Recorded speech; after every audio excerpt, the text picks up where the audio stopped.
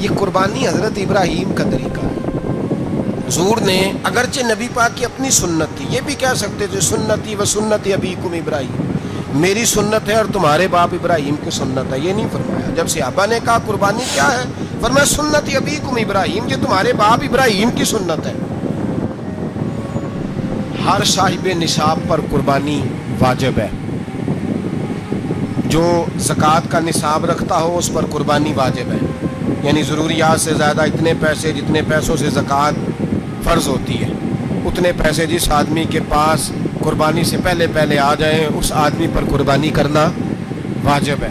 بکرا، چترا، دمبا 1 سال کا یا دمبا 6 مہینے کا ہو پر اتنا بڑا محسوس ہوتا ہو کہ لگے کہ 1 سال کا ہے، اس کی قربانی ہو سکتی ہے۔ جانور میں کوئی عیب نہیں ہونا چاہیے، اتنا کمزور نہ ہو کہ ذبح جہاں اسے کرنا ہے وہاں وہ چل کے جا نہ سکے، اتنا کمزور جانور نہ ہو، اس کے اندر بظاہر کوئی اتنا بڑا نقص نہ پایا جاتا ہو، کانا نہ ہو، لنگڑا نہ ہو، کوئی اس کی ہاتھ نہ کٹے ہوئے ہوں، ایسا نقص جو واضح ہو۔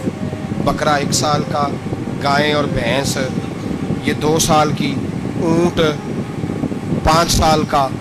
اب اس میں یہ ہے کہ ہمارے بہت سارے دوست، چونکہ ہم دیہاتی لوگ ہیں تو پوچھتے ہیں کہ دوندا نہیں ہے تو چوگا نہیں ہے، تو یہ ہماری پنجابی کی اصطلاحات ہیں، پنجابی کی۔ شریعت اسلامیہ نے سال بتائے، یہ تو ہم نے اپنی آسانی کے لیے یا دیہاتوں میں جو ماحول تھا اس طرح کا جانور لیں، خوبصورت جانور لیں۔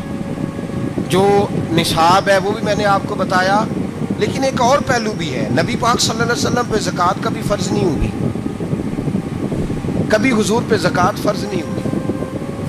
نبی پاک صلی اللہ علیہ وسلم کے پاس اتنا سرمایہ کبھی اکٹھا ہوا ہی نہیں کہ زکوٰۃ فرض ہو، لیکن نبی پاک کے صحابہ فرماتے ہیں کہ مدینے کے 10 سالوں میں اللہ کے رسول نے ہر سال قربانی فرمائی ہے، ہر سال قربانی دی، اور جس سال حضور حج کرنے گئے اس سال اللہ کے نبی نے 63 اونٹ ذبح فرمائے، اور حضور صلی اللہ علیہ وسلم جب اونٹ ذبح کرنے لگتے نا تو صحابہ کہتے ہیں اونٹ خود دوڑ کے حضور کے سامنے آ کے لیٹ جاتا، اور نبی پاک اسے ذبح کرتے اور فرماتے ہیں ایک دوسرے کو دھکے دیتے اونٹ کے، پہلے میں نے جانا ہے ذبح ہونے کے، پہلے میں نے، انہیں پتا تھا کہ جو مصطفیٰ کے ہاتھوں ذبح ہوگا وہ تو دائمی زندگی پا جائے گا، یہاں بھی وہاں بھی زندہ۔ 63 اونٹ ذبح کیے، ایک اونٹ میں کتنی قربانیاں ہوتی ہیں؟ 7۔ اب 63 کو 7 سے ضرب دو گے تو کتنی بنے گی؟ اور پھر نبی پاک صلی اللہ علیہ وسلم نے 10 سال مدینہ منورہ میں قربانی دی، ہر سال۔ اب وہ 63 اونٹ، ایک اونٹ میں 7 قربانیاں، ہر سال یہاں قربانی، اور مولا علی شیر خدا فرماتے ہیں نبی پاک 2 قربانیاں دیتے۔ میں نے کہا حضور 2 جانور ذبح کر رہے ہیں آپ، تو حضور نے فرمایا ایک میری طرف سے، ایک میری امت کی طرف سے، غریبوں کی طرف سے۔ اور حضرت علی کو حضور نے وصیت فرمائی تو 2 دیا کرے گا۔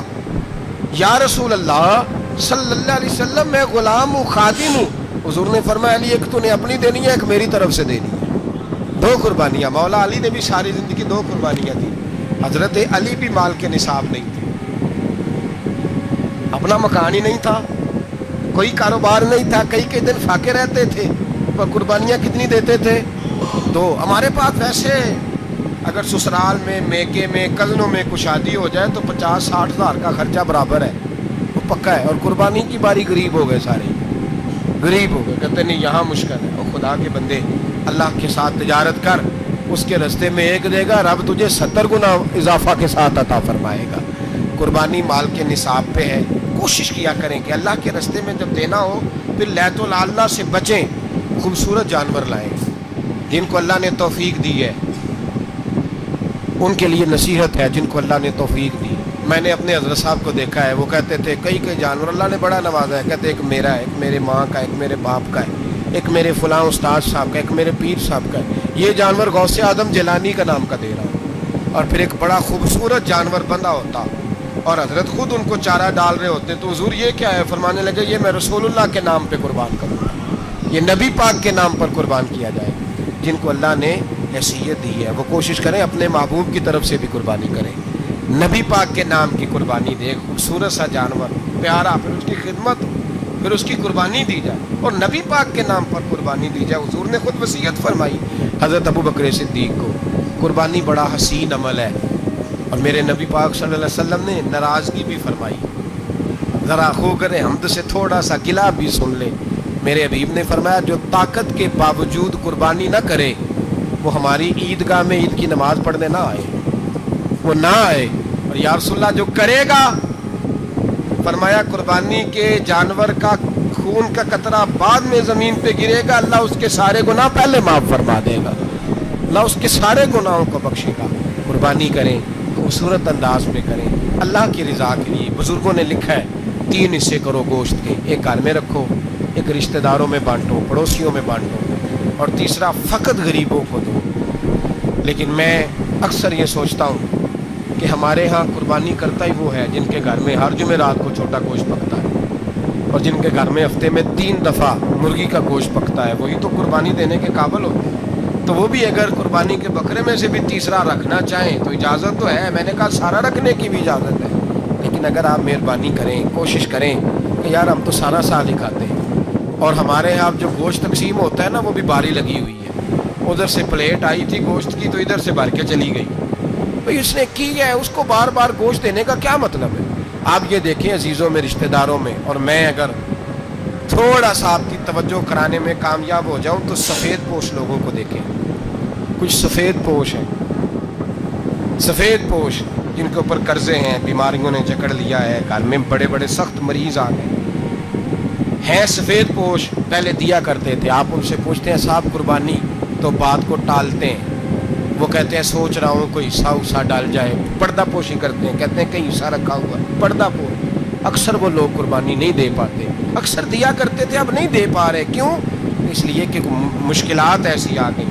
ان لوگوں کا خیال کریں, ان کے گھروں تک گوشت پہنچا کے آئیں, ان پر توجہ کریں. وہ سفید پوش آدمی کبھی ذکر نہیں کرے گا. کچھ تو ایسے ہیں جو خود پہنچ جاتے ہیں کہ ہمیں گوشت دیا جائے, لیکن کچھ سفید پوش ہیں لا یسألون الناس الحافا.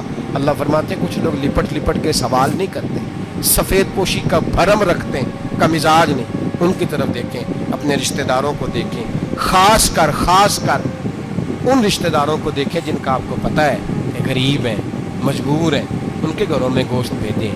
غریب بیٹیوں, غریب بہنوں کا خیال کریں, اس طرف متوجہ ہوں, ان کے ساتھ اس نے سلوک کریں. صحابہ نے قربانی کے بارے میں حضور سے پوچھا ما ھذہ الاضحیہ, یا رسول اللہ صلی اللہ علیہ وسلم یہ قربانی کیا ہے؟ تو فرمایا سنت ابیکم ابراہیم, یہ تمہارے باپ حضرت ابراہیم کا طریقہ ہے, یہ تمہارے باپ حضرت, حالانکہ قربانی نبی پاک صلی اللہ علیہ وسلم کا بھی طریقہ ہے, لیکن فرمایا تمہارے باپ حضرت ابراہیم کے ذکر کو باقی رکھا. اللہم صلی علی محمد وعلی آل محمد کما صلیت علی ابراہیم وعلی آل ابراہیم, ان کے تذکرے کو باقی رکھا. دیا حکم ہو گیا ابراہیم علاقہ چھوڑ دو. حضرت ابراہیم علیہ السلام وہاں سے نکل کے مصر آئے, چچا کے پاس ٹھہرے. انہوں نے اپنی بیٹی جناب سارہ کا نکاح کر دیا. کچھ آگے بڑھے تو ایک ظالم بادشاہ سے ٹکرائے. اس نے ایک شہزادی, ایک بادشاہ کی بیٹی قید کی ہوئی تھی, جناب ہاجرہ نام تھا, ان کو قید سے چھڑا کے ساتھ لائے. حضرت لوط علیہ السلام بھی ساتھ. یہ 4 لوگوں کا قافلہ چلا, فلسطین میں جا کے پڑاؤ ڈالا, گھر بار چھوڑا, تبلیغ شروع ہوئی. حضرت ابراہیم کے گھر میں 2 خواتین ہیں, ایک آپ کی بیوی ہیں, ایک حضرت ہاجرہ ہے, اولاد کوئی نہیں. حضرت ابراہیم نے ایک بچہ روتے ہوئے دیکھا تو آنکھوں میں آنسو آئے, کہنے لگے ربی حب لی من الصالحین, یا اللہ مجھے بھی نیک اولاد عطا کر دے. حضرت سارہ نے سن لیا, کہنے لگی ابراہیم شاید میرے بطن سے تو آپ کو نصیب نہیں, ہاجرہ سے نکاح کر لو. جناب ہاجرہ سے نکاح ہوا. اللہ تو بڑا بے نیاز ہے, رب کریم نے حضرت اسماعیل جیسا خوبصورت بیٹا عطا فرمایا.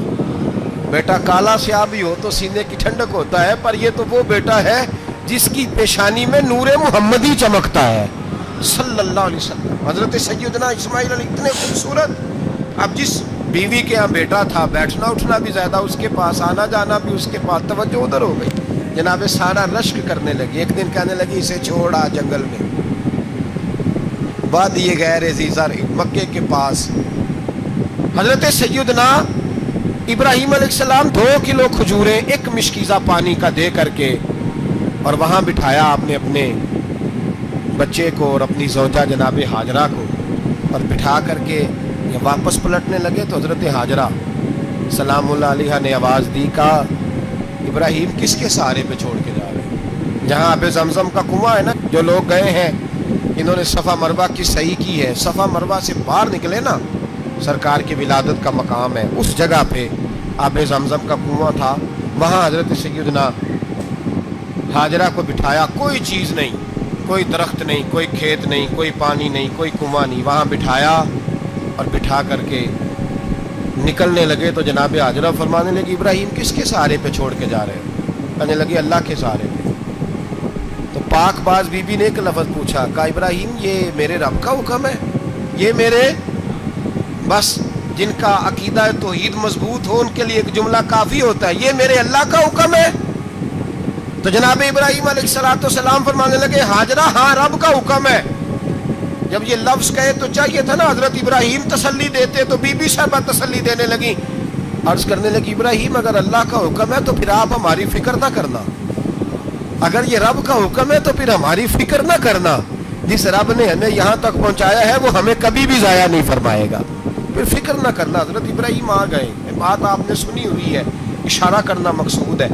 13 سال میں چلے مان بھی لیا جائے بعض روایات کی روشنی میں کہ آتے جاتے بھی رہے، لیکن مکمل دیکھ بھال اپنے بچے کی پرورش میں پورا حضرت ابراہیم علیہ السلام کا کردار، سارا کردار ماں کا تھا۔ فلما بالغ معہ السعی، بیٹا جب اتنا بڑا ہوا کہ ساتھ چلنے لگا تو حضرت ابراہیم نے اپنے بیٹے کو بلا کے کہا بیٹا مجھے خواب آئی ہے، میں تجھے ذبح کر رہا ہوں، تیری کیا رضا ہے؟